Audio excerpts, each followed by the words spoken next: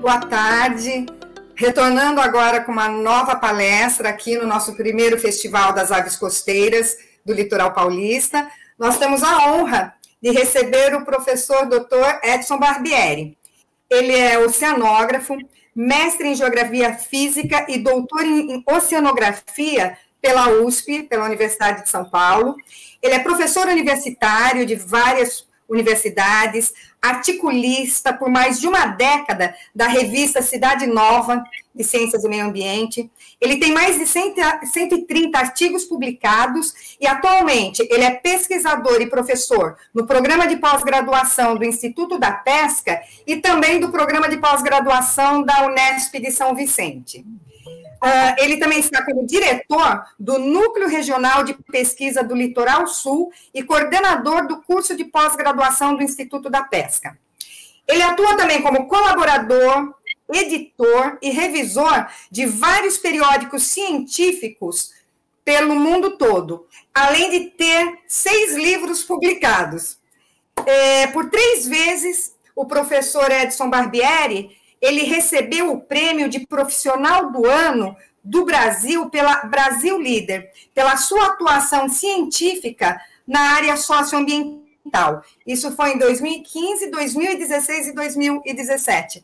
Então, professor, é uma honra ter a sua presença aqui abrilhantando o nosso evento. Seja bem-vindo, boa palestra. Ok. Antes de mais nada, gostaria de agradecer muito o convite, né, e dizer que eu também estou muito honrado de estar aqui nesse evento. Eu acho que eventos como esse deveria ter em todo o litoral brasileiro, né, em todas as cidades ou regiões, né, ou praias no Brasil, né.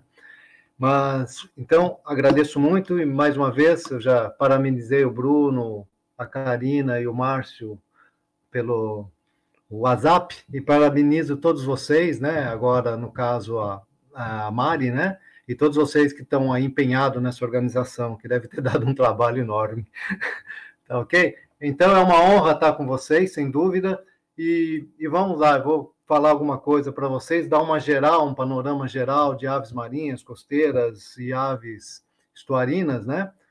E porque eu sei mais ou menos o que cada um ia falar, né? Então, vou tentar dar um apanhado geral aqui, tá bom? Então, vamos lá tentar aqui compartilhar a tela. Então, mais uma vez, né, estamos aqui nesse primeiro Festival de Aves Costeiras e Mícolas Paulista. Espero que seja o primeiro de vários, né? E, mais uma vez, obrigado pelo convite. Tocou, principalmente, falar aqui sobre as aves marinhas, aves estuarinas, mas eu vou dar um apanhado geral de quem são, principalmente, as aves marinhas, né? Passando pelas aves costeiras, aves de praias, aves limícolas, né? E dá uma geral, mais ou menos, né? Então, a definição, praticamente, de aves marinhas, né? Aves marinhas são animais que se adaptaram à sua vida ao ambiente marinho, que depende do mar para se alimentarem e passam a maior parte de sua vida no ambiente marinho. Então, essa é a definição clássica de aves marinhas, né? E aí a gente pode dividir essas aves marinhas em aves oceânicas, que são os albatrozes, petréis, as costeiras, fragatas, trinta-réis, gaivotas, e as aves de praia, ou as limícolas, né, que são os trinta-réis, os maçaricos e as batuíras, né? Então, aves marinhas, a gente tem em torno de 8.500 espécies em todo o mundo. Mais ou menos isso já mudou, eu preciso atualizar isso, né, porque tem espécies novas, espécies que já não são mais espécies, que juntaram em outras, e assim vai, né? Mas a gente tem em torno de 274, né, espécies são marinhas, em torno de 3% do total de aves que a gente encontra no mundo, né? Então, as aves marinhas variam muito em relação ao estilo de vida, principalmente em relação ao comportamento e na fisiologia, né? Entretanto, muitas vezes exibe uma impressionante evolução convergente, todas elas, tanto as oceânicas, quanto as costeiras, né, e quanto às vezes até as limícolas. Já que os mesmos problemas ambientais e nicho de alimentação resultaram em adaptações semelhantes para todas essas aí que a gente está falando, tá? As costeiras, oceânicas, né?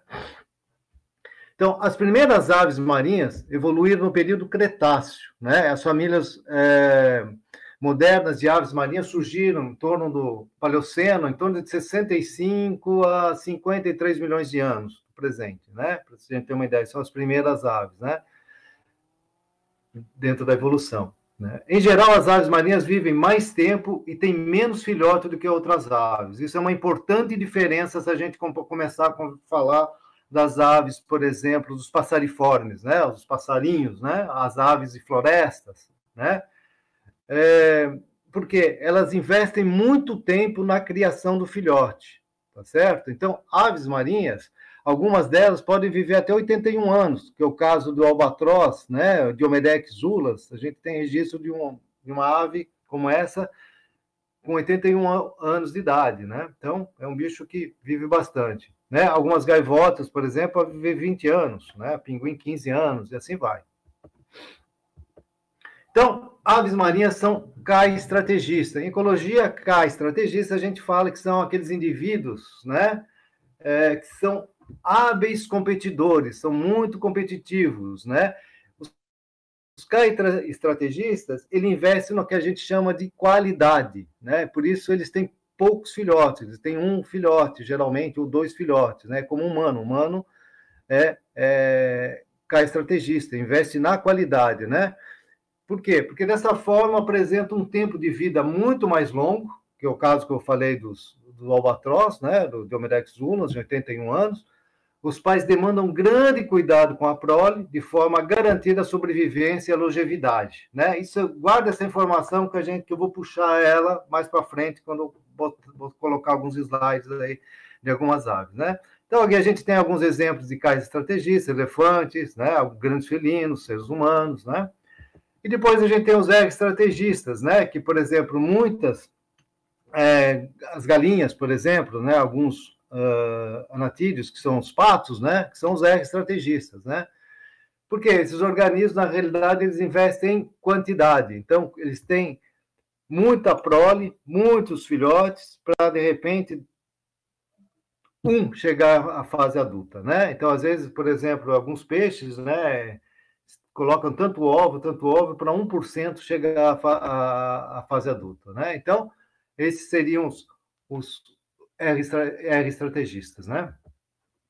Então, as características importantes de umas aves marinhas. Aves marinhas, aqui, novamente, voltando a falar aves oceânicas, aves costeiras, e aqui aves de praia, zoas limícolas, e também, no caso, que é o foco dessa palestra, aves que a gente vai encontrar no estuário também, né?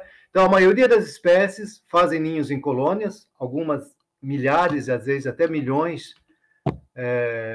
de casais ali, né? Que pode variar muito, né, esses tamanhos, no caso de pinguins, né? Que a gente vai ver algumas fotos aí para frente, como milhões de pinguins fazendo ninho, né? Muitas espécies, por exemplo, são famosas por empreender longas migrações anuais, como o Diomedex zulus, né, que é o albatroz, né? O albatroz é interessante porque na reprodução, para formar a colônia, ele passa, depois que ele sai do ninho, em torno de 10 anos no oceano, aprendendo sobre a vida, se alimentando. Depois ele volta pela primeira vez na região, nas ilhas que fazem o ninho, para se reproduzir. Então ele passa praticamente 10 anos da vida dele sem colocar o pé em terra. Né, eles se alimentam tanto na superfície do oceano, né, essas aves marinhas, né, como é o caso da Larus, dominicanos, os 30 réis do Márcio, né, que o Márcio está estudando, né, se alimentam praticamente na superfície, e abaixo, né, da superfície nós temos os atobás, temos os pinguins, né, e a gente tem também as estercolares, são chamados das gaivotas rapineiras, né, que predam outras aves, né. Então, as aves marinhas podem ser altamente pelágicas, costeiras, ou, em alguns casos, passa parte do ano longe do mar, tá certo? Então, aqui alguns ninhos de colônia para vocês verem. Aqui a gente tem o albatroz de sobrancelha, né, o Thalassax, né, melanorhintus, né? Então, a gente tem aqui onde ele faz os ninhos, aí a gente tem milhares, né, de ninhos, né? O albatroz chocando o ovo. O albatroz, ele tem um único ovo, um único filhote. 70% dos filhotes, quando sai do ninho, geralmente morrem no primeiro ano de vida. Mesma coisa os pinguins. Então, aqui a gente tem uma colônia de pinguins, de milhões de pinguins, né? Aqui, né, nesse caso dessa colônia, era mais de 100 mil pinguins, 100 mil casais, né? Pondo os ovos, né? Pinguim rei. Esse daqui é o albatroz viajeiro, o Diomedex zulans, né? O albatroz errante, tem uma envergadura em torno, envergadura desta ponta até essa, em torno de 3,80 metros, quase 4 metros, né? Então, asas extremamente longas, né? Esse é um animal que ele, quando ele chega na colônia, coloca os ovos, dele chegar a fazer o casal, fazer a corte, formar o casal, montar o ninho, colocar os ovos, chocar esse ovo, depois que chocou o ovo, alimentar o filhote, até o filhote sair do ninho, todo esse período de reprodução demora em torno de 13 meses. Né? Então, ou seja, mais de um ano. Isso significa o quê? Que essa ave tem uma estratégia de procriar ano sim, procriar ano não. Lembre-se do que eu falei, que o albatroz só tem um único ovo, um único filhote, né? E muitas vezes 70% morre no primeiro ano. A mesma coisa com os pinguins, né? 70% dos filhotes que saem no primeiro ano de vida, que sai para o mar, que sai para a vida, acaba morrendo. Aqui a gente tem uma ave costeira que vocês veem muito aqui em São Paulo, que é quem? É o atobá, né? O atobá, a gente tem um dimorfismo sexual, por exemplo, geralmente as fêmeas são maiores, né? Os machos menores, e os machos têm um olho azul, né? E aqui a gente tem o atobá marrom, né? Que a gente tem aqui na costa, né? Entra no estuário também para se alimentar. Aqui em Canané, no estuário de Canané, a gente vê muito se alimentando aqui. Esta é uma estercolários, ou gaivota rapineira. Come muitas externas, né? Ela vai para cima das externas, dos 30 réis, vamos dizer assim, né? Ela preda esses 30 réis. Então, geralmente no estuário aqui, elas aparecem, né? Nos bancos, onde formam bandos de mais de 2.000 talaceus acufravidos, né? Que é a externa, a 30 réis de bico amarelo, né? Que a gente tem aqui. Então, às vezes, dentro do estuário, ela entra para se alimentar, para predar esses 30 réis. Então, são chamadas de gaivotas rapineiras, ou seja, come outras aves, né? Come carcaça também, animal morto, peixe morto na praia, né? São bem generalistas também, né? Então, essas aves marinhas, essas aves costeiras, essas aves que a gente encontra no estuário, ou mesmo as próprias aves de praia, né? Elas têm que ter algumas adaptações à vida do mar, né? Então, ela possui várias adaptações fisiológicas e morfológicas, né? Então, a primeira coisa que a gente vê, a adaptação morfológica, é o tamanho das asas, né? Então, o que a gente tem? Por exemplo, as aves marinhas, as aves oceânicas, têm uma envergadura muito grande, como a gente já falou, dos albatrozes, né? Então, a morfologia da asa foi moldada pelo nicho que uma espécie ou família evoluiu. Isso é importante, né? Evolutivamente falando e até ecologicamente falando. Né? Então, observar a forma e o tamanho de uma asa, então um pesquisador ou um observador de ave, né, ele pode simplesmente identificar, saber, né, o comportamento da alimentação e se são pelágicas ou se são costeiras, ou se são, muitas vezes, vamos dizer assim, marinhas, de praias, ou que a gente pode encontrar em estuário, ou ela está né, ou se alimenta longe da praia ou ali na praia. Então, a gente pode, pelo tamanho das asas, a gente pode verificar isso, né? Então, as adaptações à vida do mar, a gente vai ver que asas mais longas são típicas de espécies pelágicas, como os albatroz, enquanto as espécies que mergulham têm asas mais curtas, como os atobás, como as alcas, como, por exemplo, os próprios pinguins, que nem asa eles têm. O que os pinguins têm são aletas, né? Ou seja, as asas se transformaram em aleta, né? Conforme foram evoluindo, né? Então, o pinguim imperador, por exemplo, eles podem mergulhar e chegar a uma profundidade de 400 metros de profundidade. Então, é um bicho muito interessante, né?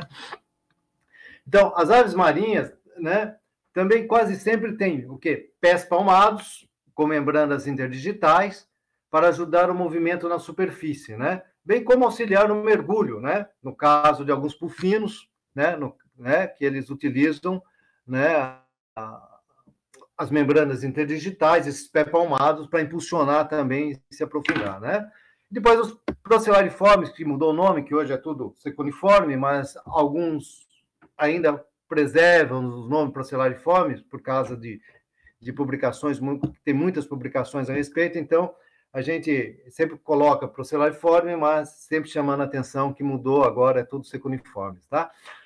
Possuem células muito olfativas, né, muito desenvolvidas, né, que são usadas para encontrar alimento, amplamente distribuído no vasto oceano que a gente vai encontrar, e provavelmente para localizar suas colônias, né? Que, por exemplo, esses procellariformes, eles têm um cheiro muito forte, principalmente por causa da grândula pigiana, né? Isso a gente vai falar mais na frente, mas é um trabalho feito na Nova Zelândia, viram que um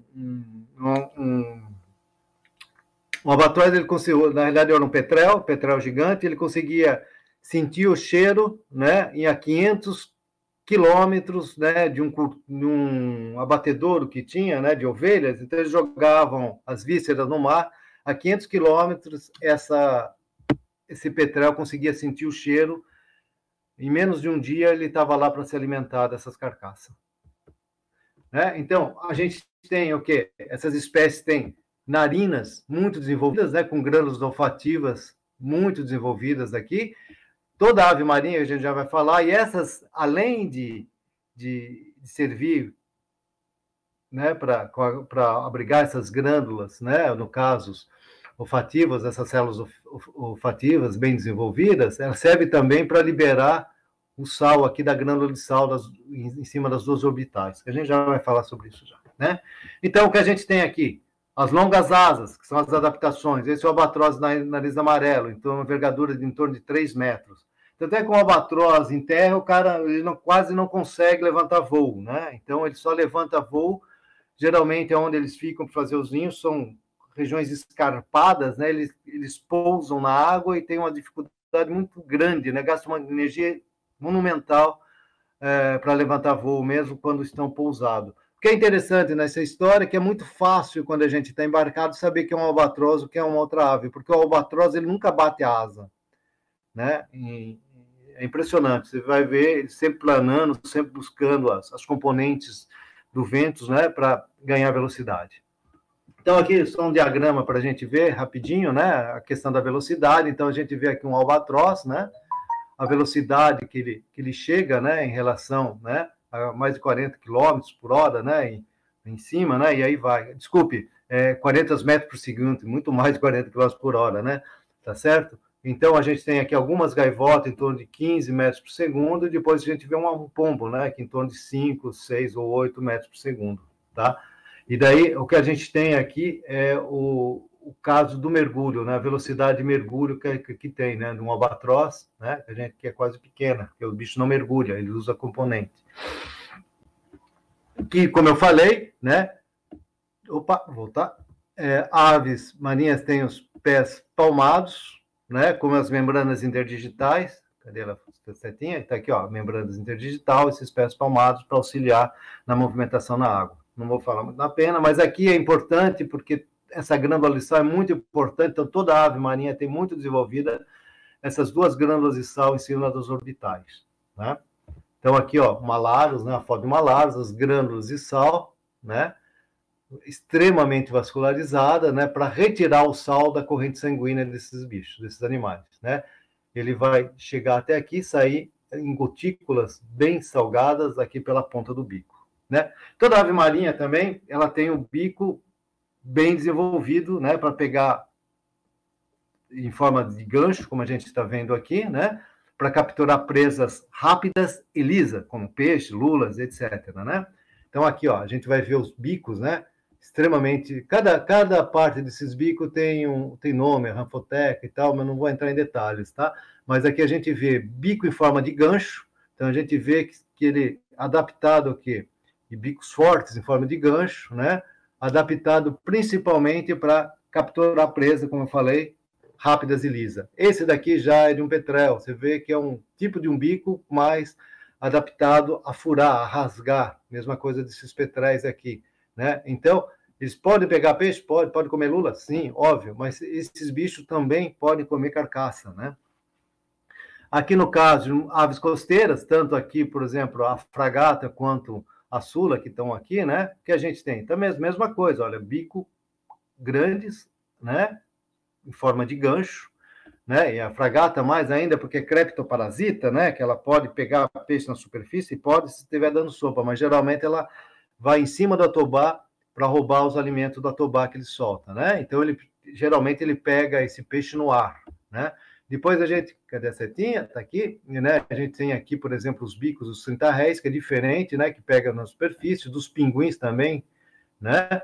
Aqui, dos papagaios no mar, isso aqui a gente não tem no Brasil, temos só lá para cima no Canadá, né? E a gente vai vendo aqui que cada tipo de bico que a gente vai ter nas aves, a gente pode aferir que tipo de alimentação ele tem. Principalmente nessa daqui, né? Essa daqui não dá para ver direito, que é a Pachyptila belchieri, que é conhecida como ave-baleia, né? Porque ela come plâncton, então ela tem cerdas nesse bico, né? Então a gente tem aqui alguns bicos, que eu não vou entrar muito em detalhe, aqui, ó, aves costeiras, né? Que a gente tem, né? As aves costeiras, aqui os trinta-réis, né? Costeiras, aqui os pinguins, né? Aqui a atobás e os petrais e albatrozes, né? Bom, toda ave marinha, toda ave costeira, mesmo as aves limícolas, né? E as aves que a gente encontra, óbvio, nos estuários, tem uma grânula urupigiana, né? Ou urupígio, né? Que é um órgão localizado sobre o urupígio das aves, né? Então, é onde que está, que a gente vai encontrar? Na região da cauda, né? Ela secreta uma substância oleosa, né? Que é utilizada para impermeabilizar as penas, né? Um lubrificante que lubrifica também o bico para não deixar ele quebradiço, e auxilia também na termorregulação, né? Para evitar que essas penas, impermeabilizem essas penas, elas encharquem e a ave perca calor, né? E daí a gente vai ver que o espaçamento do óleo pelo corpo é feito pela própria ave, né? Que a faz com o bico, por isso vemos muitas aves passando o bico em si mesma, né? Nas penas, limpando as penas, né? Principalmente os patos, né, em lagoas, né, mas a gente vê os trinta-réis, né, a gente vê várias aves fazendo a manutenção das penas, que é importantíssimo, né. Então, a gente vai ver que, com exceção dos biguás, os biguás, ela não produz, né, ela tem urupígio, mas praticamente não produz óleo, né. Todas as aves marinhas têm plumagem impermeável, biguá não, né. No entanto, em comparação com as aves terrestres, né, eles têm, no caso dos biguás, muito mais penas para proteger seus corpos, né? Essa plumagem densa tem a função do quê? De proteger a ave de se molharem e perder calor, né? Então, os biguás possuem uma camada de penas únicas, né, que retém uma camada menor de ar, em comparação com outras aves mergulho, é claro, mas absorvem água, né? Então, as penas molham. Isso lhes permite nadar sem lutar com a flutuabilidade que o ar de retenção nas penas causaria, mas ainda mantém o ar suficiente para evitar que a ave perca calor excessivo através do contato com a água, né? Tá certo? Então, o biguá, a gente vê ele praticamente uma das manutenção, assim, estuário, com as asas abertas, secando as penas, né? Então, isso também é importante quando a gente compara as aves, aos passarinhos, passariformes, né? A plumagem da maioria das aves marinhas é menos colorida do que as aves terrestres. As cores estão restritas, principalmente as variações de preto, branco ou cinza, né? Algumas espécies podem ter penas coloridas, penas, desculpe, coloridas, como o rabo de palha, alguns pinguim de penacho amarelo, né, que a gente tem, né? Mas a maioria da cor nas aves marinhas aparece nas retrizes e nas penas, e na região das pernas, né? As penas coloridas. Então, a plumagem das aves marinhas evoluiu, em muitos casos, para ser uma camuflagem, tanto defensiva, em ambos os casos, reduz a visibilidade no mar, e agressiva no caso de alguns petréis, né? Que são, ou de alguns estercolários, que são marrons ou pardos, né? Para se alimentar à noite e capturar outras aves. Né? Aqui alguma parte que a gente chama de topografia das aves, eu não vou entrar em detalhes, vou passar mais rápido, porque eu acho que não vai dar tempo, né, de falar retriz, remiges, né, que são importantes a gente reconhecer isso para a identificação de ave, né? E o que é interessante aqui é mostrar que essas aves elas fazem a migração, né? Transequatorial, latitudinal e circumpolar, né? Todas as aves que a gente está falando, tanto as oceânicas, as costeiras, né? As estuarinas, né? E vertical. Vertical não.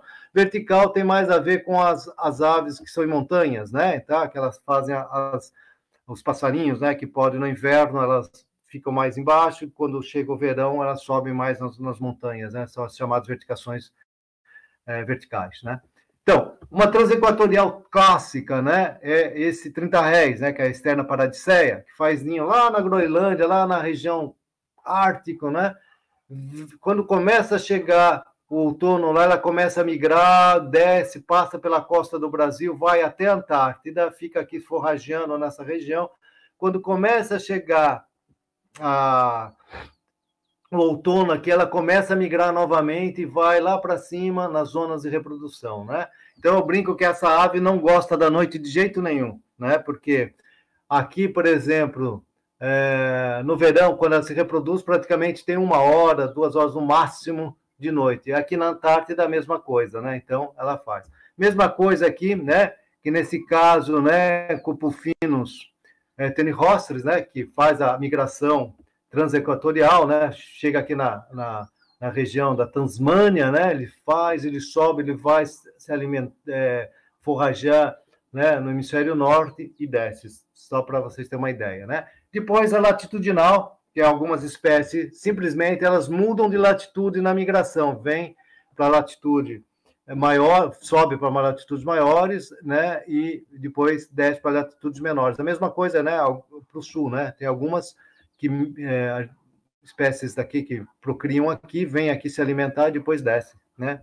E o pessoal muitos já abordaram, né, essas espécies, né. Então, migração circumpolar, como é que se dá? Ela simplesmente dá a volta ao mundo aqui por baixo, pela Antártida, né, circumpolar. Quem faz essa migração? Diomedex zulans, aquele albatroz errante que eu mostrei, né?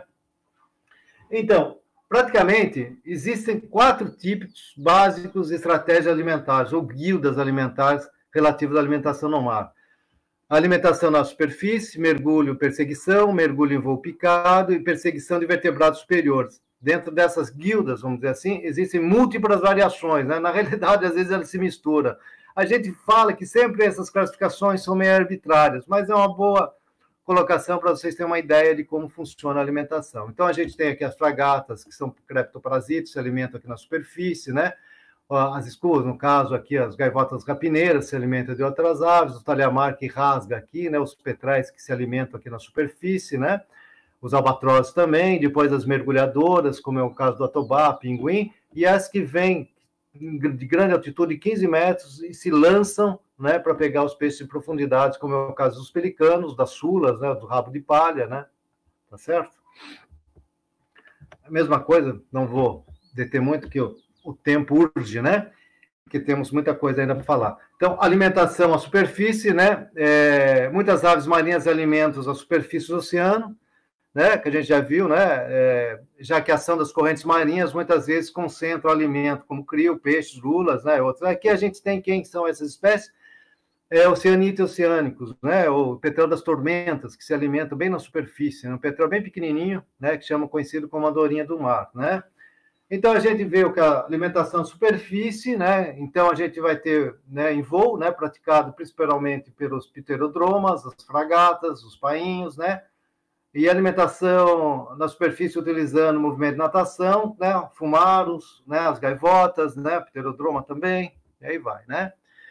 Bom, o que é legal nessa história agora, que nessa classificação não existe uma única definição de quais grupos, famílias e espécies são aves marinhas, e a maioria das definições é de alguma forma arbitrária. Segundo as palavras, por exemplo, de 2 cientistas de aves marinhas, a única característica comum que todas as aves marinhas compartilham é que elas se alimentam de água salgada. Mas, como tudo parece ser verdade, com qualquer afirmação na biologia, né, algumas não são, tá certo? Então, a gente tem que tomar um certo cuidado com essas afirmações, né? Então, espiniciformes, procellariformes, né, que agora virou tudo né, escaradiformes, né? são classificados como aves marinhas, né? Que a gente tem aqui as gaivotas, cua, 30 réis, alcas, né? Os falarrópos também são, né? Classificados como aves marinhas, mas também são classificados como aves de praia, certo?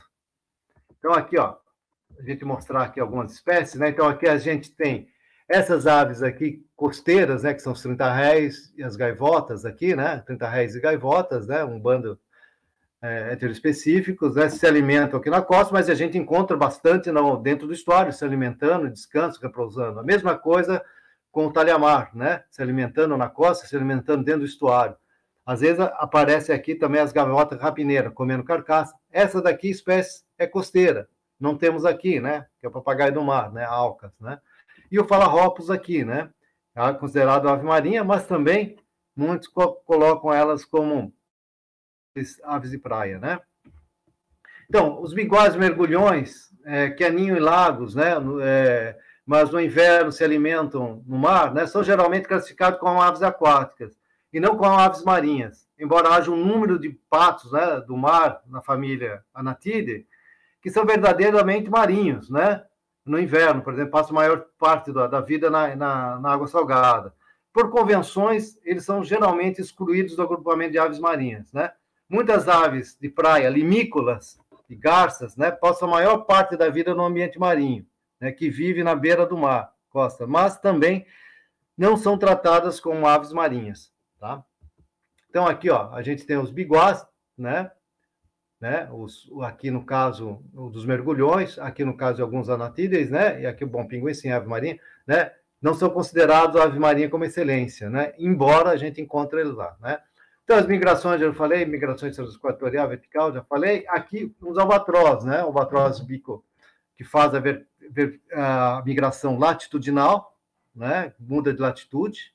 O albatroz aqui de sobrancelha, os talassarques, né? O albatroz de bico amarelo, também faz migração latitudinal. Então, nesta época, eles estão descendo tudo lá para a região da Antártica, a região das Falklands, né? Para se reproduzirem, né?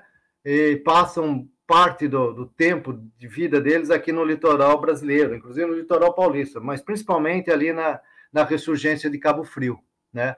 Então, eles passam todo o inverno ali, né? Assim, outono, inverno, e agora chega a primavera, setembro, eles começam a voar lá para a Antártida, para a região Antártida, né? Mesma coisa aqui o albatroz de bico amarelo, né? Aqui, no caso, aquela Diomedex zulans que faz todos esses albatrozes têm problemas, por exemplo, com a questão da pesca, né? Que muitos são presos, são pescados incidentalmente com espinhéis, né? Então, a população deles diminuiu muito por causa disso, eu não vou entrar nesse detalhe. Aqui tem os petréis, né? O petrel gigante, que também aparece aqui durante o inverno, né? Aqui um filhote, para a gente ver bem, né? Aparece aqui. E tem um único ovo, a mesma coisa, com grande urupija, né? Onde ele faz um ninho, praticamente um baita frio na Antártida, faz um ninho na Antártida e em cima de seixos, né? Aqui, ó, um petrel, a gente viu aquele petrel mais esbranquiçado, esse mais esbranquiçado, mais começando a ficar pardo. Esse já é um adulto, bem pardo, né? A cor bem marrom. Por quê? Porque esse petrel se alimenta de outras aves também. Então, ele come o que tiver. Então, quando você está observando ele em alto mar, quando, assim, puxando rede e tal, enche de ave, quando ele chega perto, os bichos somem todos. Aqui é a mesma coisa da pomba do cabo, né? É um petrel. Aqui é um outro petrel que é fumaros, né? Onde faz o ninho. Essas daqui já fazem o ninho em tocas grandes, de 1,80 m de profundidade, né? Com um único ovo e tal. Essa ave é interessante, como eu falei no começo, é a Pachyptila belchieri. Ela come plâncton, então ela tem cerdas nos bicos, né? Petrel da tormenta, né? Tem uma ampla distribuição. Essa é um Puffinus interessante, por quê? Puffinus leminieri, né? E a Pterodroma armigoniana. São os únicos petréis que fazem ninho no Brasil. Esse daqui faz, principalmente lá em Fernando de Noronha e em algumas ilhas lá do Espírito Santo, e esse faz na Ilha de Trindade. São bichos que também quase nada estudado, que precisa ser estudados, né? Certo? Então, algumas considerações que a gente sempre gosta de fazer, que em torno de 66 milhões de aves faz algum tipo de migração, né? No Brasil, a gente recebe anualmente 160 espécies de outros países. E essas aves, elas precisam ter habilidade para voar, ter uma longevidade, como eu falei no caso de uma que tem 81 anos, homotermia, manter a temperatura, né? E principalmente por causa das condições ambientais que ela voam, né? E enfrentam, né? Nas mudanças de ambiente e mudanças de latitudes. No Brasil, a gente tem as rotas importantes, né, para essas aves, que é a rota atlântica, a rota do Rio Negro e a cisandina, Brasil Central e do Cone Sul, né? Então, aqui a gente tem aqui essas rotas, né? Então, a gente tem a Atlântica, né? Brasil Central, né? Cone Sul, né?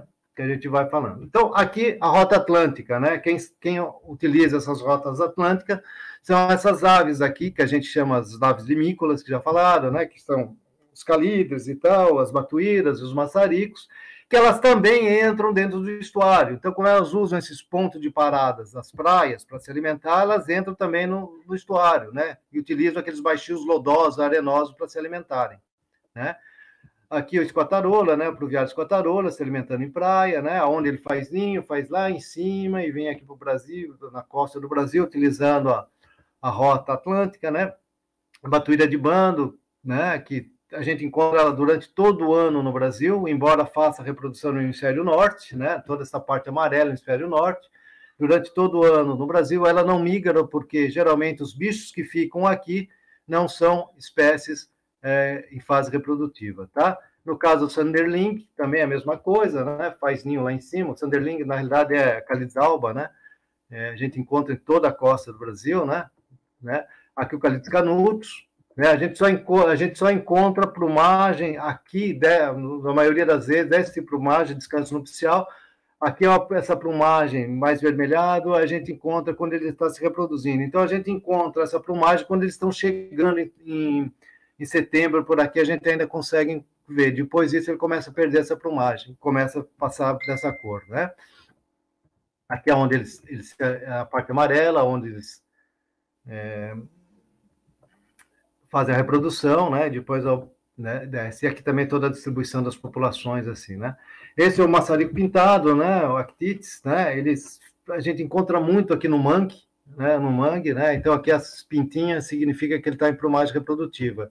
Mas é uma ave limícola típica, porque ele também encontra dentro do interior do Brasil, dentro dos lagos e rios, né? Dos charcos. Vira-pedra, mesma coisa, né? Mesma coisa não, vira-pedra está muito mais relacionado ao litoral, né? São aves bem praídas, né? Que se alimentam, né? De anfípodas, né? Que ficam embaixo de pedras, por isso que vira-pedra. Mesma coisa do fusicoles, né? Callidus fusicoles aqui, né? Que faz seus ninhos lá, né? E vem aqui pela costa do Brasil Central, se distribui da Argentina até aqui em São Paulo a gente encontra, né? A tringa, né? A Flavips, né? Melanoleuca, essa, né? Ela faz ninho lá em cima, encontramos ela em todo o centro do Brasil, mas também na praia e dentro do estuário, né? Estuarinas, todas elas a gente encontra dentro do estuário. Essa principalmente, que é a tringa solitária, né? A gente encontra aqui dentro do estuário fácil, né? Faz ninho lá também, lá em cima, e nessa época aqui começa a chegar, a partir de setembro começa a chegar aqui. O Numenius, Phaeopus, né? A gente tinha muitas espécies aqui dentro do estuário que apareciam, quando a gente começou a trabalhar em 92 por aqui, né, e tal. Hoje em dia, a gente encontra uma ou duas só no máximo. No caso aqui, o Thalaceus, né, o 30 réis, né, o Thalaceus aqui com uma plumagem descanso nupcial, a gente encontra aqui dentro do estuário se alimentando. Esse Thalaceus é interessante, o Márcio está trabalhando com elas, né, porque ela tem dois sítios reprodutivos, e talvez aqui também, na Laje de Santos. Então, a gente tem na Patagônia e a gente tem aqui na região dos Estados Unidos, né? Então, são populações que quando chegou o inverno aqui, elas vêm para cá. Chegou o inverno aqui, é verão lá, então uma população vai para cá. Quando chegou o inverno aqui, elas descem para cá. Elas descem para cá. E essa daqui chegou o inverno aqui, é verão aqui, então elas descem para cá para a reprodução. Agora, a gente não sabe se essas populações se cruzam, né? Eu, pelo menos, não conheço nenhum trabalho ainda dizendo sobre isso, né? Isso seria interessante estudar se essas populações que vêm para o Brasil e essas que reproduzem no Brasil têm a ver com as populações daqui. Daí tem que fazer ver o nível de DNA o que acontece. Mas é um trabalho que seria interessante. Né? O caso do Pufinos, não vou falar sobre ele, já falei sobre ele, né? Praticamente isso aqui é uma avezinha pequenininha da Orinha do Mar, só para vocês terem ver a distribuição. Ele chama Petrel da Tormentas porque quando é o vento em torno de 250 km por hora, esse bicho ainda está no ar voando. A distribuição dele praticamente em todo... Né? A gente aparece, essa ave também é um petrel que aparece às vezes aqui na Costa Morta. Todas essas aves oceânicas que a gente fala, dificilmente a gente vai ver voando por aqui, a gente vai ver elas mortas, né?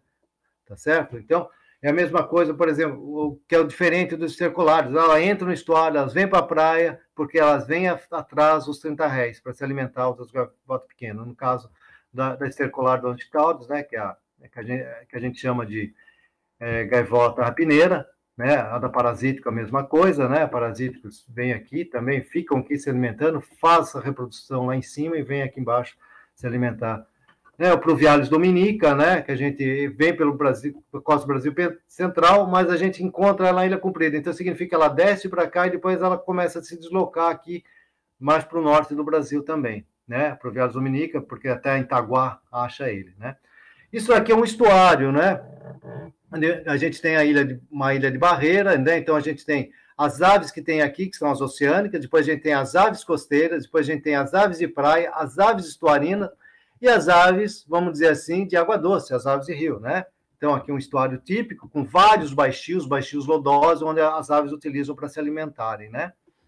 Passando rápido aqui, para vocês verem a diferença de vários ambientes, né?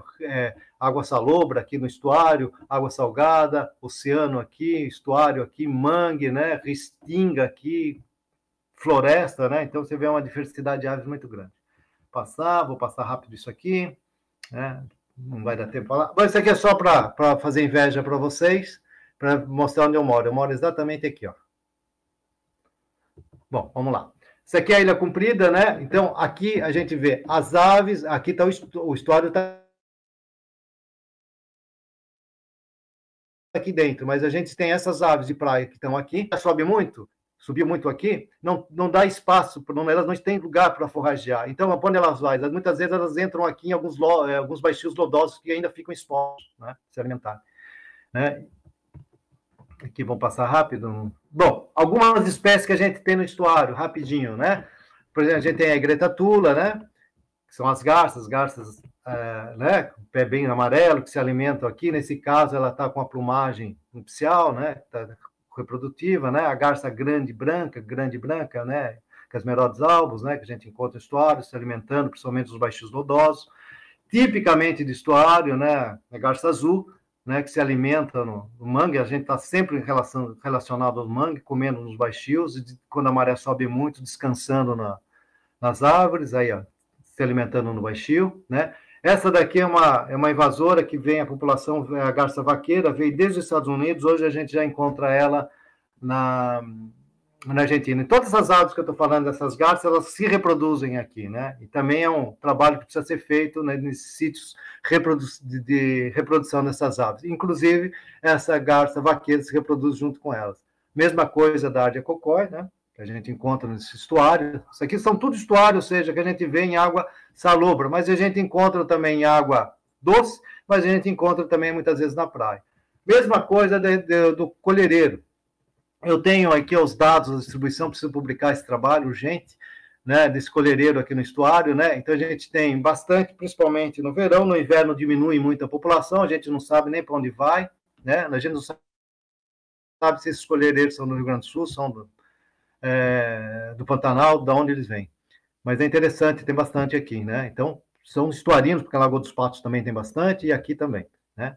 Passando rápido. Aqui o biguá, típico do estuário, típico de rio, na Amazônia tem, tipo de lago Ibirapuera tem, e também a gente encontra ele atrás dos barcos de pesca. Aqui nesse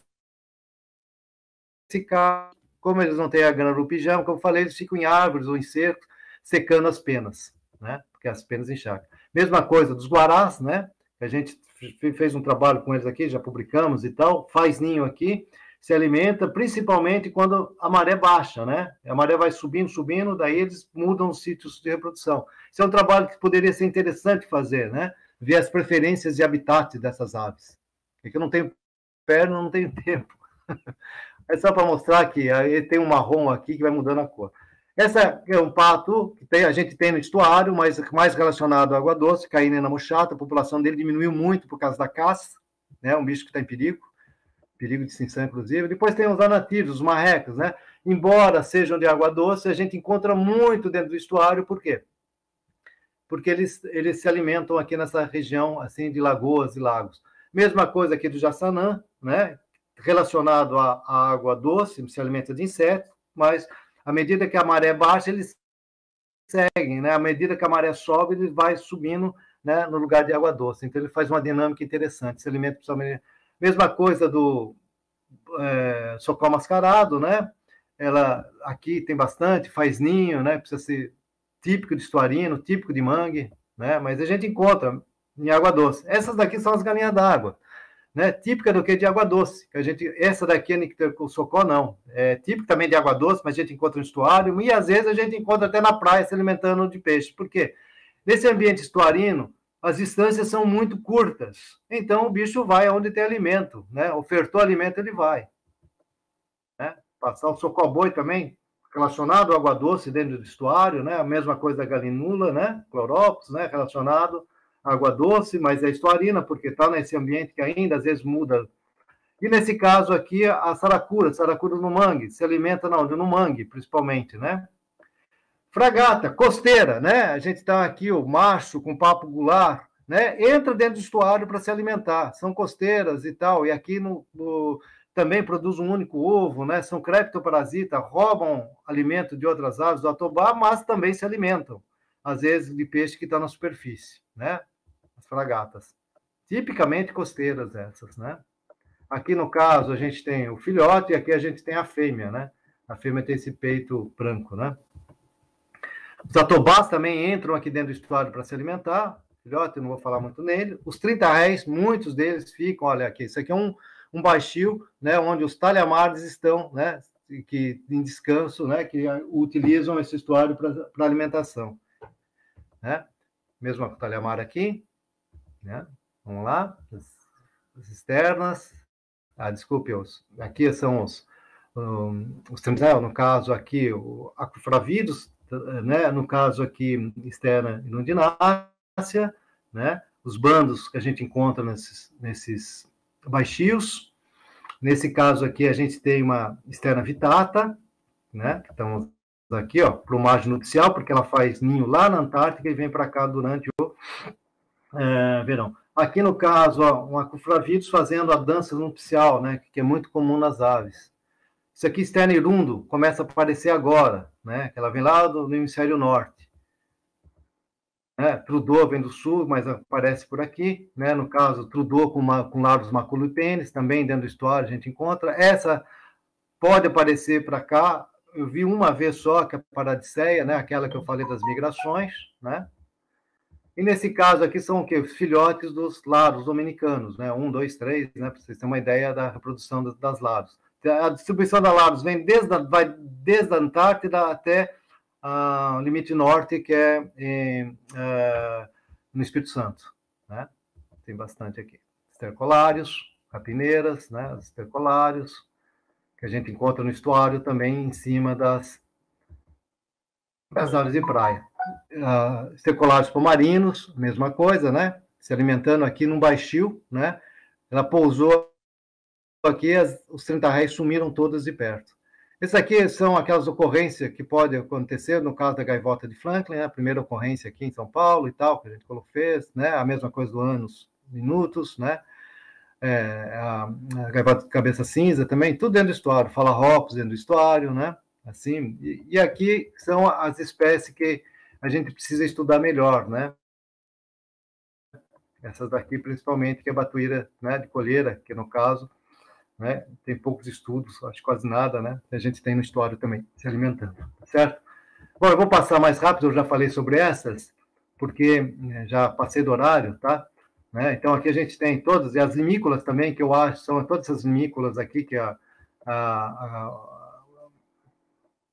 Karina já deve ter falado para vocês, eu não vou bater muito nelas, né? Eu também já passei do tempo, né? Não deu tempo de falar tudo, tá? Já falei sobre elas, né? Eu ia falar mais coisas, mas tudo bem. Mas o que eu quero mostrar para vocês é isso só, né? Que essa região ela tem uma diversidade muito grande de ambiente que propicia uma diversidade grande também das aves, né? Desde as que a gente chama de limícolas, desde praia, desde costeiras, oceânicas que a gente tem. Então, é um local excelente para observador de aves, né?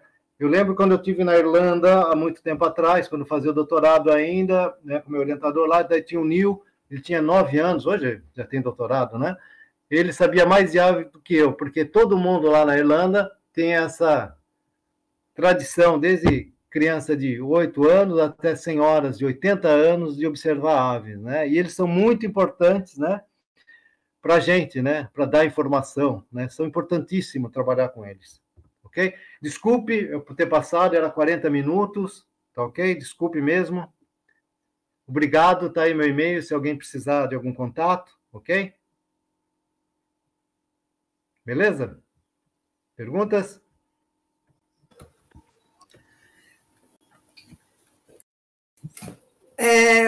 Deixa eu sair daqui. Fico sem palavras para, né, agradecer a brilhante apresentação que você fez, Edson. Nossa, foi cativante. Eu fiquei encantada do início ao fim, com tantas informações, e, mais uma vez, uma honra tê-lo conosco. Bruno? Desculpe não ter excedi o horário, achei que dava tempo, não deu.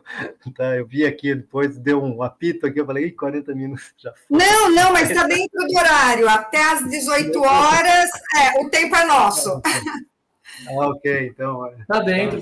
Não, porque eu acho uma falta de respeito, não respeitar o horário, daí, bom, ok. Não, aqui estamos em casa. Se a gente for falar sobre elas, tem que ser cursos, né, para falar sobre as aves costeiras, tudo. Assim, eu dou um curso, né? Vocês espero que vocês façam, né? Eu acho que eu vou dar um curso. Se tiver, não deu. Você vai dar uma chamada para o seu curso, né? Isso que eu ia falar. Assistimos, mas nós o curso da pós, sim. O curso da pós, né? Que eu sempre dou. Na pandemia não deu para dar, porque é um curso que a gente... não é só teórica, vai a campo, vê o bicho, então você tem que ter contato, não dá para dar um curso assim, né? Então, não sei se você me entende. E vocês aí, eu vi que o pessoal foi para campo, levou uma molecada, pintou, fez umas coisas lúdicas, umas coisas legais, né? A pandemia não dá para fazer nada disso, vocês até conseguiram, né? A pandemia diminuiu, mas o ano passado, por exemplo, eu tive que dar uma aula também de ecologia de estuário, que eu diria que foi uma das piores aulas que eu dei na vida. Tem 2 vítimas aí embaixo. Não, é o que a situação exige. Não, foi ótimo. Foi muito. A ideia era transferir um pouco daquela tua aula para cá não, hoje. Cara, não dá.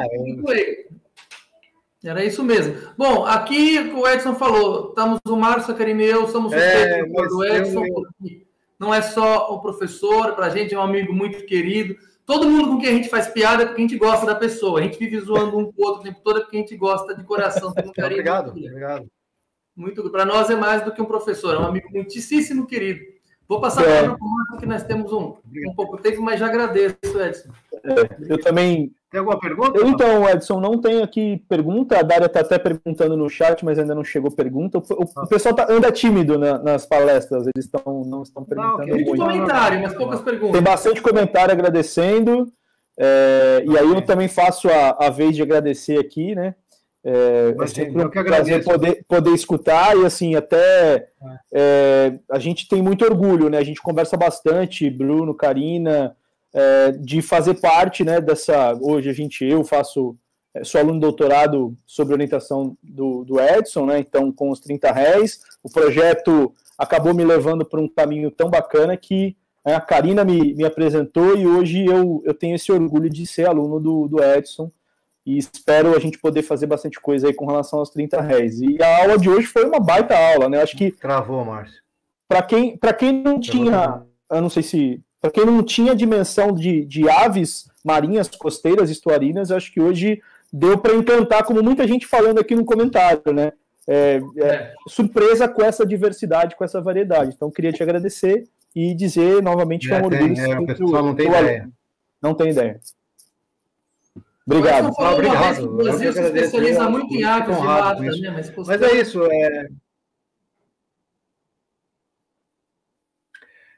A gente tem muito trabalho de aves de mata, as costeiras, oceânicas, quase nada, porque é muito caro, né? Então, muitos dos trabalhos que a gente não trabalha com recurso. Eu nunca consegui, por exemplo, um projeto com ave. Assim, eu sempre tinha outros projetos trabalhando com outros assuntos, daí eu desviava dinheiro para trabalhar com ave, gozada, desviar dinheiro. É coisa assim, você tinha área do projeto, você pegava a diária e comprava uma coisa para estudar ave, um binóculo, uma máquina fotográfica, comprava uma pesola, né? Umas coisas assim que você não tinha, né? Do projeto, né? Então, você ia se virando mais ou menos assim, né? Mas é porque é difícil, é complicado, né? Então, e aves costeiras ainda dá, mas aves marinhas é complicado. Você tem que embarcar, ficar às vezes dias no mar, né? Eu já fiz muito disso, né? Ainda faria, né? Mas eu teria que, de novo, né? Como você vai passando o tempo, tem tanta coisa para fazer, e daí você... Mas eu estou esperando a visita de vocês. Pois aqui. A gente tem que ir para aí. Agora com esse abrandamento, a gente espera aí da pandemia, a gente precisa se ver mais, com certeza. Gente, eu não quero interromper o papo de vocês, fico morrendo de dó, mas o nosso tempo está se esgotando, porque na continuidade nós vamos ter a palestra com o nosso amigo Miguel Magro, né? Que também vai chegar com um tema muito bacana. Eu vou ver aqui. Gratidão, Edson. Legal, muito bom ter você. Obrigado. Obrigado, Edson. Obrigado, viu? Valeu.